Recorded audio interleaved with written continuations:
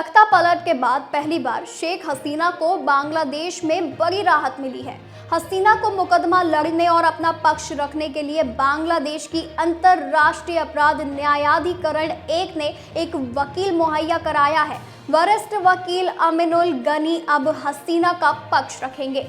बांग्लादेश में हसीना के खिलाफ कुल 100 मुकदमे दर्ज है। उन पर भ्रष्टाचार और नरसंहार के गंभीर आरोप हैं। अगस्त 2024 में छात्र आंदोलन के बाद शेख हसीना का तख्ता पलट हुआ था। साल 2008 में शेख हसीना ने बांग्लादेश की सत्ता संभाली थी। हसीना पर सरकार में रहने के दौरान विरोधियों को कुचलने और भ्रष्टाचार करने के आरोप लगे। अमीनुल गनी की गिनती बांग्लादेश के शीर्ष वकीलों में होती है। आपको बता दें कि शेख हसीना की सरकार के वक्त कोर्ट में गनी की तूती बोलती थी। उन्हें अपराध मामलों के वरिष्ठ वकील भी माना जाता है। गनी अगर सही तरीके से हसीना का पक्ष रखते हैं तो सरकार का प्रोपेगेंडा कोर्ट में ध्वस्त हो सकता है। अब तक बांग्लादेश की कोर्ट लगातार बिना हसीना का पक्ष सुने ही फैसला सुना रही थी। अब ऐसा नहीं होगा। गनी दलील रखेंगे तो उसे सुनना होगा। तुरंत अब कोर्ट फैसला नहीं सुना पाएंगे।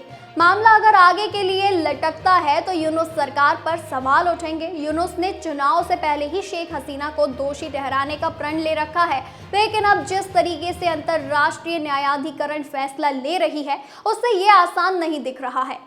बांग्लादेश में फरवरी 2026 में आम चुनाव प्रस्तावित हैं। तख्ता पलट के बाद शेख हसीना परिवार पर लगातार शिकंजा कसता जा रहा है। हसीना की बहन, बेटे और भतीजी ट्यूलिप सिद्दीकी पर बांग्लादेश की एटीएस की सख्त कार्रवाई जारी है। मुकदमा दर्ज करने के साथ साथ हसीना परिवार की संपत्ति भी लगातार जब्त की जा रही है। अब तक जिन संपत्तियों को जब्त किया गया है वह सभी बांग्लादेश में ही है। जिस मामले में शेख हसीना को बचाव पक्ष का वकील मिला है वो मामला कोर्ट की अवमानना से जुड़ा है।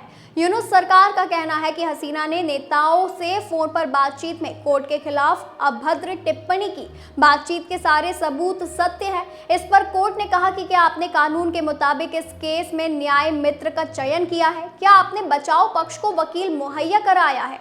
इस पर यूनुस सरकार के वकील बगल झांकने लगे। कोर्ट ने कहा कि तुरंत इन सभी की नियुक्ति हो, फिर हम केस को आगे सुनेंगे। कोर्ट ने वरिष्ठ वकील मसीह हुज्जमा को न्याय मित्र नियुक्त किया है।